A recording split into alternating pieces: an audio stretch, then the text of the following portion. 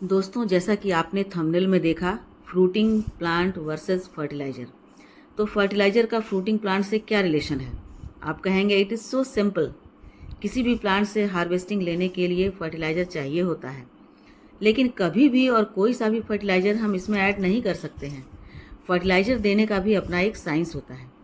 जिस समय प्लांट में वेजिटेटिव ग्रोथ चाहिए, उस समय पोटेशियम रिच फर्टिलाइज़र दे देंगे, और जब प्लांट के फलने फूलने का समय आएगा तो उस समय नाइट्रोजन रिच फर्टिलाइज़र दे देंगे। तो क्या होगा?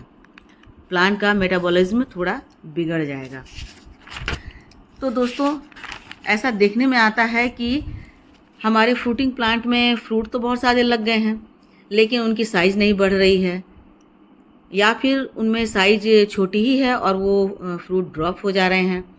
तो अब उसमें हमें क्या करना चाहिए? जब प्लांट पर बहुत सारे फ्रूट लगे हैं, तब उस स्टेज पर प्लांट की देखभाल कैसे करनी चाहिए, मैं स्टेप बाय स्टेप बताऊंगी डिटेल में।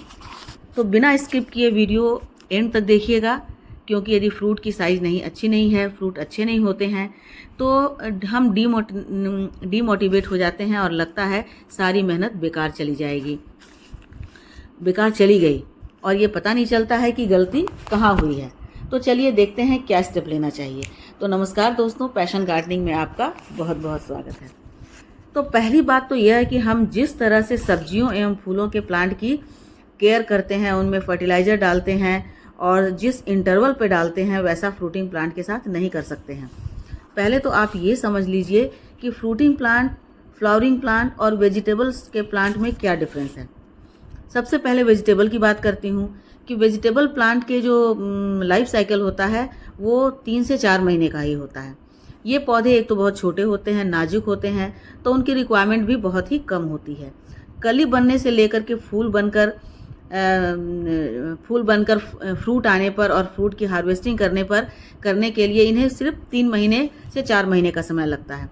उसी तरह से जो फ्लावरिंग प्लांट हैं, उनमें भी कली बनने से लेकर के फूल बनकर झड़ने तक कितने दिन लगते हैं? 15 से 20 दिन।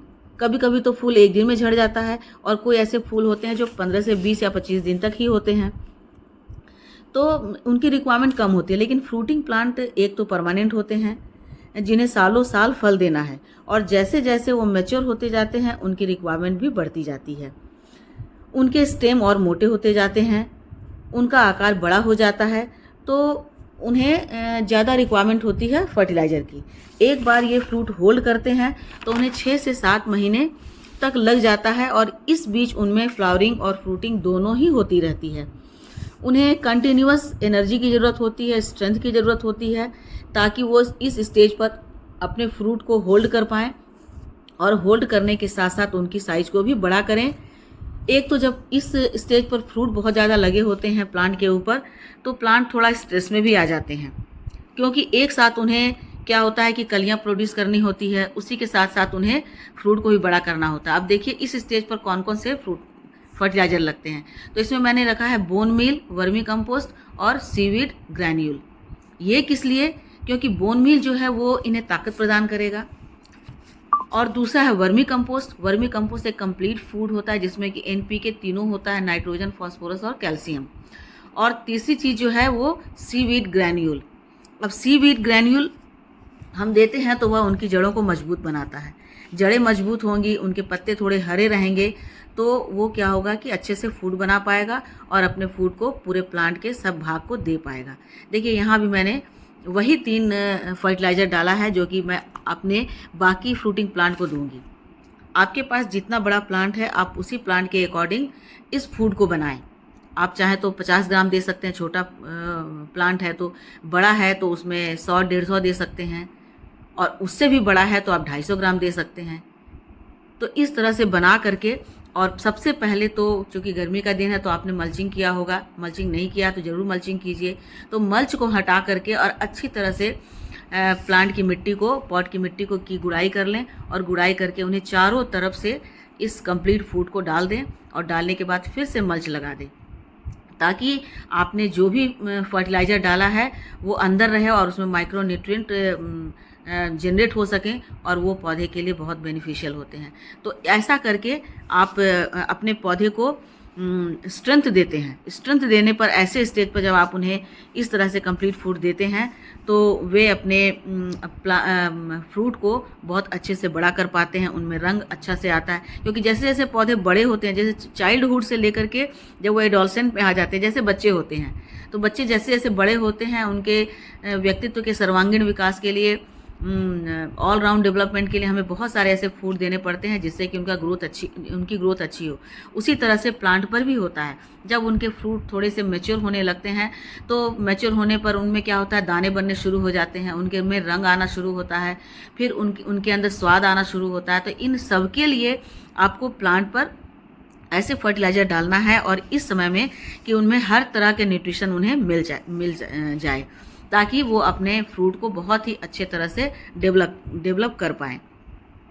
अभी इसके ये 3 फर्टिलाइज़र तो हो गया। एक फर्टिलाइज़र और भी है जो बहुत ज़्यादा ज़रूरी होता है, उसे मैं अभी थोड़ी देर के बाद बताऊँगी। पहले इस फर्टिलाइज़र को हमें बहुत अच्छे से मिक्स करके और अपने सभी फ्रूटिंग प्लांट पर, देखिए मेरा छोटा है तो इसमें मैं 2 मुट्ठी डाल रही हूँ और डालने के बाद फिर मैं इसे अच्छे तरह से मल्च कर दूँगी, मल्चिंग कर दूँगी, ढक दूँगी और उसके बाद इसमें वाटरिंग भी करूँगी। क्योंकि यह स्टेज बहुत ही क्रूशियल होता है। पौधे में बहुत सारा फ्रूट लगे होते हैं और न सिर्फ फ्रूट लगे होते हैं बल्कि धीरे धीरे इनमें फ्लावरिंग भी होती रहती है। ऐसा नहीं है कि फ्रूट सारे लग गए तो फ्लावरिंग आना बंद हो गई। ये लगातार फ्रूट प्रोड्यूस करने के लिए फ्लावरिंग भी करते रहते हैं, तो उसमें भी एनर्जी इनकी लगती है और उसके साथ साथ इनमें फ्रूट भी बनता रहता है। तो ऐसे समय में हमें इनमें बहुत ज़्यादा ध्यान देने की ज़रूरत होती है। तो इसलिए इस सारे फ्रूट को, इस सारे फर्टिलाइज़र को हमें प्लांट को दे देना रहता है।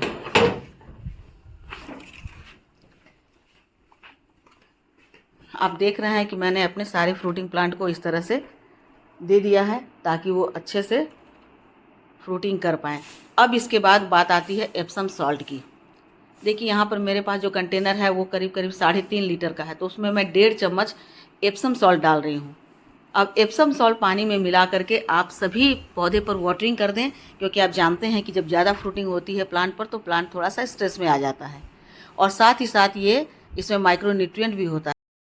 पौधे की अच्छी ग्रोथ के लिए और अच्छी फ्रूटिंग के लिए हमें ये सब उपाय करना होगा, तभी हमारे फ्रूट बहुत अच्छे होंगे और हम अच्छे फ्रूट पा सकेंगे।